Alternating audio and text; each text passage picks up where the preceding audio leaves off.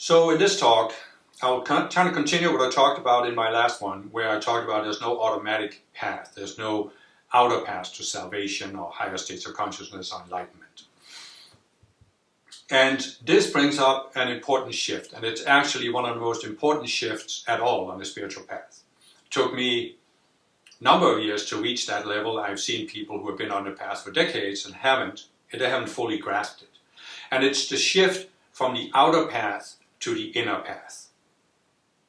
And it's kind of what I talked about in the last talk about overcoming the idea that there's an automatic salvation and realize that it's about looking at our psychology. But we can take this a little bit further. So, you all know, probably, because you were exposed to it in church, that Albert Einstein came up with a new theory, the theory of relativity. And what he basically said is, his formula E equals mc squared, it says that everything is energy.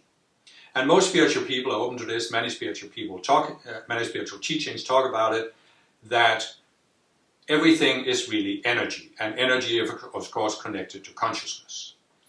So this means that there are different levels of energy. We know this because we know that we can only see with our physical eyes certain colors, and every color has a certain vibration.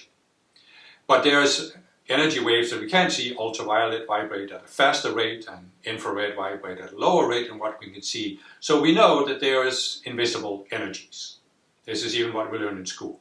But on the spiritual path, of course, we are open to the fact that there's a spiritual realm that is beyond the material universe, the material world. However, the reality is that it's not just here's the material and anything beyond that is the spiritual. There are actually several realms between the material and the spiritual. And it's important to understand these. So, if we go up from our physical minds, the next level up is the emotional level. And this is, of course, where our feelings are. The next level beyond that is the mental, which is the realm of our thoughts. And then the highest level is the level of identity. This is where our sense of identity is located. And then beyond that is the spiritual realm. And it's important to know this for several reasons. One of them is that our true identity, who we really are, is our higher selves. They've been called various names. I am presence is one name that's out there. But let's just call it the higher self because it's more universal. So the core of your identity is your higher self, which resides in the spiritual realm. And everything you do, everything that keeps you conscious, happens because you are receiving a constant stream of energy from your higher self. Otherwise, you couldn't be conscious. Or at least you could not be on the spiritual path where you are self-aware and you are wanting to change yourself and raise your consciousness. So, you are receiving this constant stream of energy. And this energy flows first into your identity mind. And at that level, you have a certain sense of your identity, who you are. And of course, in this lifetime, you were brought up in a certain culture, and you were brought up to accept a certain identity for yourself. I'm this kind of a person, I'm that kind of a person, I'm a man, I'm a woman, I'm this, I'm that, this nationality, culture, religion, whatever. So this is the deepest sense of who you are, but it's also your sense of how you relate to the material world. What you can do, what you can't do. Some people, for example, myself, I was brought up in a working class family, and nobody in my family had started their own business. It was not even in the identity level of my family that they could start their own business. You were a worker, you got a job, maybe you got an education, but you're still working a job. So this is an example of your deepest sense of identity, and it sets parameters for your life. What you think you can do and what you can't do. And of course, we were all brought up in an anti-spiritual society, so it was not in our identity minds in this lifetime that we are spiritual persons, that we can walk a spiritual path, that we can raise our consciousness. Now, what I'm saying is that the energy comes from your higher self into your identity mind. And here the energy takes on the forms that are in your identity mind. It becomes qualified with whatever beliefs you have about your identity. And then it descends into your mental mind. And here, of course, you have a number of thoughts. But what's important to realize is that your thoughts are within the parameters set by your sense of identity. In other words, if you were brought up to see yourself as a working class person, it's difficult for you to think about starting your own business because your thoughts must fit within the parameters of your sense of identity. So there are some limitations there. Then, of course, once the energy has taken on these patterns that are in your mental mind, they go into the emotional. And there are also patterns in your emotions for how you respond to emotions, but they also fit within the parameters of your identity and mental minds. So let's say, for example, that you grew up in a family, like my family, for example. My family could not express emotions. I'm not blaming my parents. They grew up in a very difficult time during the Second World War. And emotions was just something you didn't talk about. You didn't even think about it. You didn't realize what your emotions were. So my parents didn't know how to express emotions in a healthy way. So what was the result? Well, their emotions built up until they finally got angry, and then they expressed their emotions as anger, a pattern you see universally around the world. So many people think, well, it's natural, it's unavoidable to express anger, to be angry. And this means their primary way of expressing emotions is anger. But this is a pattern that goes all the way to the identity mind. So what I'm saying is, there are these patterns in your higher levels of your mind. And these patterns set the parameters for how you respond to situations in life. You're exposed to a certain situation on your job, for example, and whatever patterns are in your emotional mind will set how you feel about that situation. If you're angry, you might go into anger. You might get into an argument with a coworker or a supervisor. You might get fired, or you might, in other ways, be harmed by this, but you can't help yourself. And this is because you're thinking a certain way, you have a certain sense of identity, and so forth. So, what does all this lead to? Well, what is the spiritual path all about? It's about raising your consciousness. Well, what does that mean to raise your consciousness? It means that, among other things, but one of the really important aspects of raising your consciousness is that you free yourself from these patterns you have in your emotional, mental, and identity minds. So that instead of having an automatic response or reaction to a certain situation, you can choose your reaction. One of the really big changes that came to me was that I realized that after I had been on a spiritual path for a while, I started reacting differently to certain situations. And what I realized was that before, when I was younger, when I was exposed to a certain situation, the reaction was immediate. In my conscious mind, there was no gap between the situation and the reaction. So my reaction was automatic. I really couldn't consciously change it. I couldn't consciously choose how to react. It just happened. But after I'd been on the path for a while, I noticed there was a gap. There was a split second where it was like I was outside the situation, I saw the situation, and I had the opportunity to choose how to react. I could see how I normally would react, but I could choose a different reaction. And of course, as we grow on the spiritual path, not only does that interval become longer, but we overcome some of these automatic reactionary patterns we have. So now we can choose a reaction. We can actually say, well, how do I want to react to this situation? Do I really want to get upset? Here's a person who's obviously trying to provoke me. He wants me to get upset because he wants to pull me into an argument. Do I want to argue with this person? No, I don't. Well, then I just don't react to him.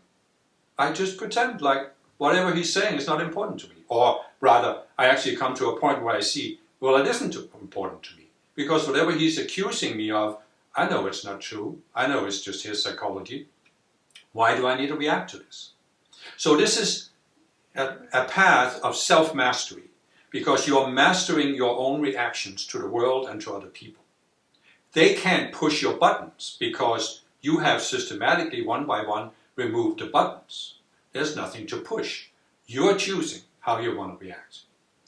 And this is the shift we can come to, where we realize that instead of just studying a spiritual teaching, becoming intellectually very good at quoting the teaching, instead of practicing a spiritual technique and thinking this will do it for us, we realize, no. The spiritual path is about coming to see these patterns we have in the emotional, mental, identity minds, evaluating them. Is that the way we want to react to life? Is that the way I want to live the rest of my life, reacting this way? Is it actually helping my spiritual growth, or is it not? And you come to realize that all of these patterns, what do? They keep you trapped at a certain level of consciousness. I said there are levels of the spiritual path. Well, you're at a certain level. Why are you at that level? Because in your emotional, mental, and identity minds, you have these patterns, you have these reactionary patterns, and they keep you at that level of consciousness, at your present level of consciousness. So how are you going to rise to another level of consciousness? Well, not by meditating for countless hours, not by studying a spiritual teaching to the point where you learn it by heart and you think you understand it intellectually. No, you're only going to rise to a higher level of consciousness by coming to see these subconscious patterns, resolving them, and then you shift to a higher level of consciousness. Because at the higher level of consciousness, you don't have these patterns. You may look at some person that you think has reached a higher level of consciousness. Maybe a guru, it may be Jesus, the Buddha. Do you think they react the way most people do? Well, of course not. What would be the point of being at a higher level of consciousness if you react like everybody else? How are you then at a higher level of consciousness? So what does it mean to be at a higher level of consciousness? I remember when I was 18, the first movement I found, they were talking about after you meditated for a certain number of years, you would reach this cosmic consciousness, and it was wonderful because you had this and you had that, and you had certain abilities, and you were clairvoyant and all this stuff. And at the time that seemed attractive to me, but today I look at it and I say, well, that was what I could grasp at the time. I needed some kind of motivation, but it isn't what the spiritual path is all about. The spiritual path is coming to a point where I'm not reacting like a human being to what other human beings do. When they try to pull me into all of their patterns or their power struggles, I don't have to react to it. I'm free. I'm free to choose not to react or to choose how to react.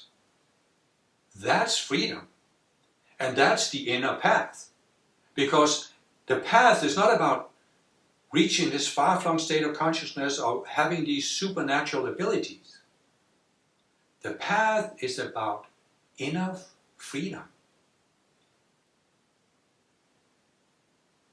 I realized this when I contemplated the Buddha. There's a teaching about the Buddha. He had followed the path for many years.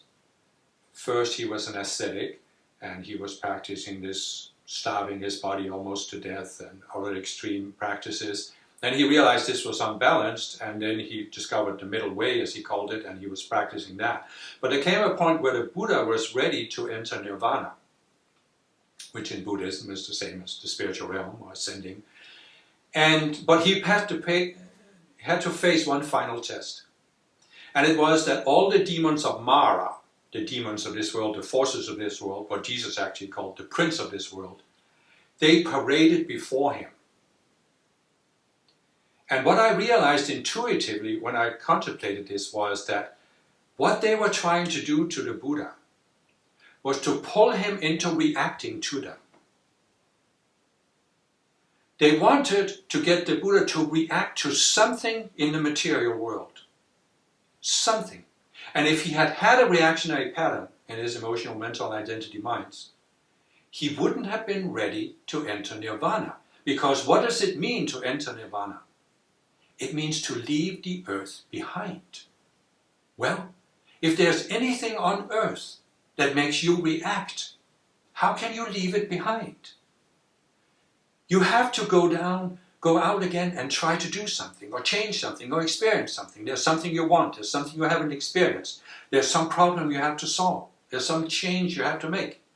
If there's anything on earth that causes you to react, you can't leave. You're not ready to leave. Now, I'm not saying you should leave at the end of this lifetime. I'll talk more about that later. But what I realized intuitively was that the ultimate goal of the path is to have complete non-attachment to anything on earth. There's nothing on earth, nobody on earth, who can pull you into reacting to it. That's the real goal. And how do you achieve that? By walking the inner path, where you look at your reactionary patterns, you look at the illusion behind them, look at the belief you have, and you let it go. You realize, oh, I'm not this kind of a human being. I'm not an angry person. I don't believe this particular belief. I don't see myself as this kind of a person. I don't identify myself based on these outer things. There's nothing outer that you identify yourself with. Yeah, I'm in a male body. Do I identify myself as a man? I grew up in Denmark. Do I identify myself as a Dane? No, all of these outer identifications fall away.